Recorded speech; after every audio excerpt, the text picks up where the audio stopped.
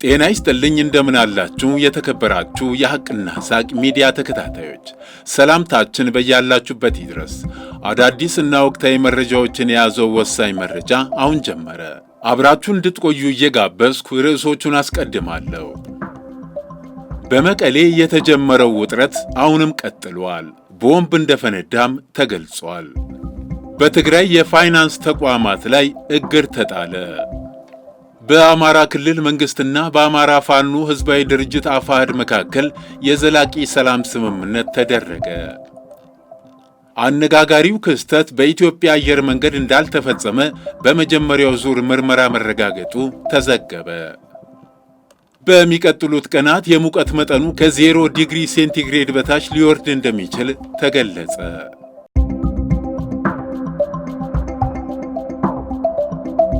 ትግራይ ክልል በዋና መዲናዋ መቀሌ ከፍተኛ ውጥረት ላይ ውላ አድራለች። የታጠቁ የትግራይ ሰራዊት አባላትም ደሞዝ ዘገየብን በሚል ቅሬታ ማሰማታቸውን መቀጠላቸው ተነግሯል። የትግራይ ክልል ጊዜያዊ አስተዳደር ጽሕፈት ቤት ህንፃ ከበባ ተፈጽሞበት እንዳመሸ የተነገረ ሲሆን ከበባው አሁንም ሌሊቱን አለመብረዱንና ማለዳውንም ሰራዊቱ በአካባቢው መታየቱ ተመላክቷል። የሰራዊቱ አባላት ቁጣቸውን ያሰሙ ሲሆን በተለይም ደግሞ ድምፀ ወያኔ ቴሌቪዥን ለሰዓታት ተቋርጦ እንደነበርም ተመላክቷል።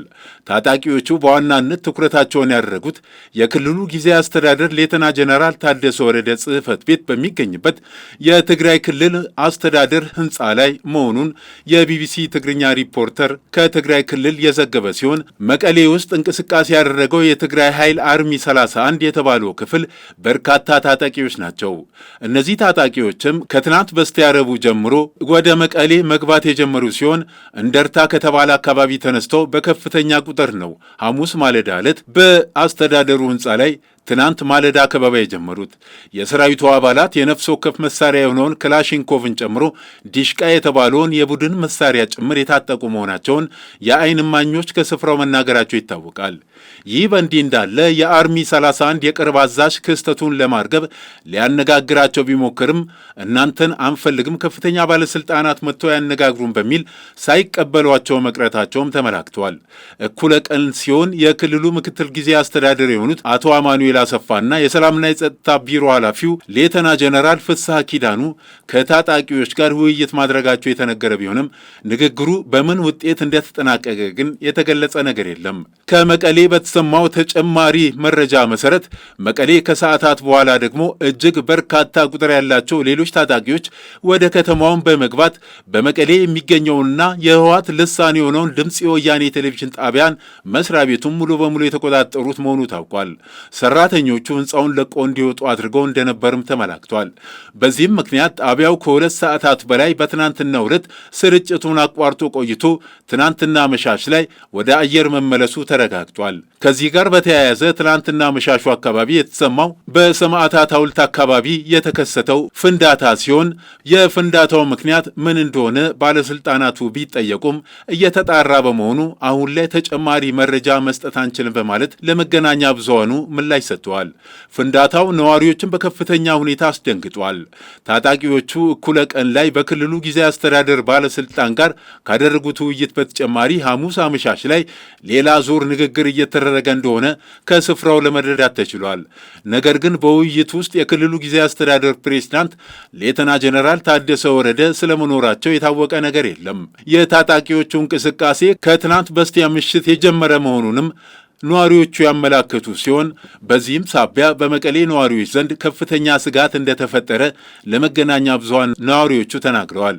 የትግራይ ኃይል አባላቱ በወር የሚያገኙት ደሞዝ እንዲሻሻልና ሌሎች ጥቅማ ጥቅሞችን በተደጋጋሚ ሲጠይቁ የቆዩ ሲሆን ለአሁኑ እንቅስቃሴ ምክንያቱም በክልሉ ያጋጠመው የደሞዝ ክፍያ መዘግየት ሊሆን እንደሚችል የተነገረ መሆኑንም መገናኛ ብዙሃኑ ዘግበዋል። የአርሚ 31 ታጣቂዎች በክልሉ መስተዳድር ህንፃ ላይ በተንቀሳቀሱባቸው አካባቢዎች የተሽከርካሪዎች እንቅስቃሴ ሙሉ በሙሉ ተዘግቶ እንደነበርም ነዋሪዎች አመላክተዋል። እንዲህ ያለው የሰራዊቱ አባላት እንቅስቃሴ በተደጋጋሚ መከሰቱም በነዋሪዎቹ ላይ ስጋት መፍጠሩን የጠቀሱት መገናኛ ብዙሃኑ በዚህም ሳቢያ ግጭት ይከሰታል በሚል ከባንኮች ገንዘብ ማውጣት፣ ከገበያዎች መሰረታዊ ፍጆታዎችን መሸመት እንዲሁም አንዳንዶች ደግሞ ወደ አዲስ አበባ ሲሄዱ በተደጋጋሚ ይታያል ብለዋል የቢቢሲ ዘገባ።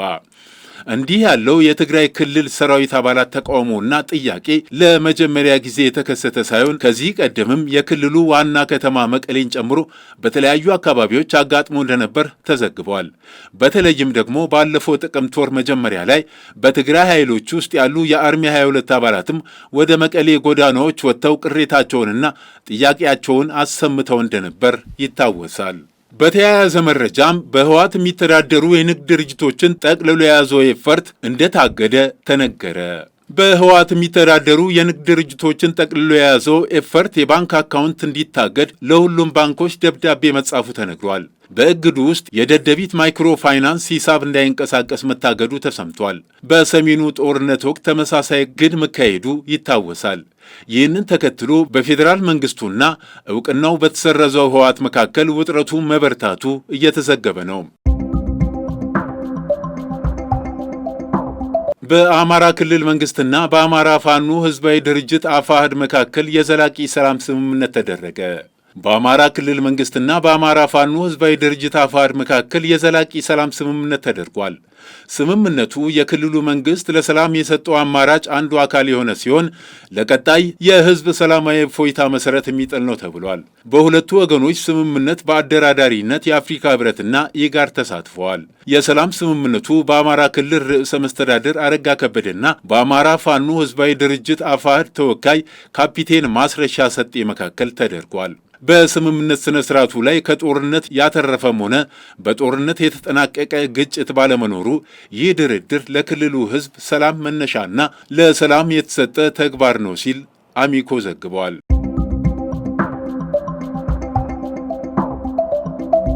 አነጋጋሪው ድርጊት በኢትዮጵያ አየር መንገድ እንዳልተፈጸመ በመጀመሪያው ዙር ምርመራ መረጋገጡ ተዘገበ።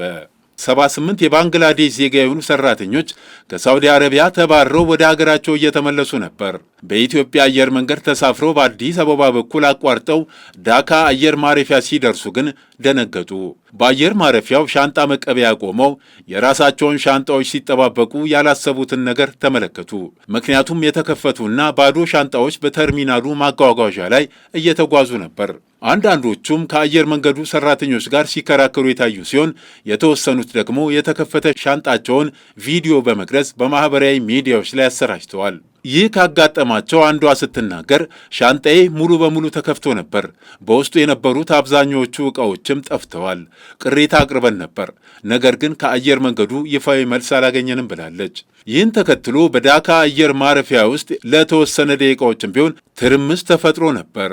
የአየር ማረፊያው ኃላፊዎች በጉዳዩ ላይ ምርመራ ለማድረግና ከኢትዮጵያ አየር መንገድ ጋር ለመነጋገር ቃል በመግባታቸው መረጋጋት መፈጠሩን ዘወል አፍሪካ ጆርናል ጋዜጣ ዘግቧል። እንደ ዘገባው የአየር ማረፊያውን የደህንነት ካሜራዎች በመመልከት የተደረገው ምርመራ መነሻ ውጤት ሻንጣዎቹ በባንግላዴሽ ውስጥ እንዳልተከፈቱ ያሳያል። አውሮፕላኑ በአዲስ አበባ በነበረው ቆይታ ሻንጣዎቹ የሚነኩበት አሰራር ባለመኖሩ ይህ ድርጊት የተፈጠረው በሳዑዲ አረቢያ ሊሆን እንደሚችልም ተገልጿል።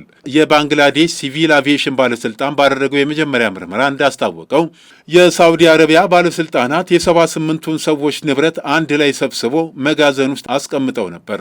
ከዚያም ንብረቱን በ15 ኪሎ ግራም ከፋፍለው በተለያየ ሻንጣ ውስጥ እንዲገባ አድርገውታል። ባለስልጣኑ በመግለጫው በሳዑዲ አረቢያ የተጫኑት ሻንጣዎች መጀመሪያውኑ የተከፈቱ የተቀላቀሉና ያልተሟሉ ነበሩ በማለት የችግሩን መንስኤ ለማስረዳት ሞክሯል። በዚህ ጉዳይ ላይ የኢትዮጵያ አየር መንገድ በቀጥታ ስሙ እየተነሳ ቢሆንም ይህ ዘገባ እስከተጠናቀረበት ጊዜ ድረስ የሰጠው ይፋዊ መልስ አለመኖሩን ለማወቅ ተችሏል። በሚቀጥሉት ቀናት የሙቀት መጠኑ ከ0 ዲግሪ ሴንቲግሬድ በታች ሊወርድ እንደሚችል ተገለጸ።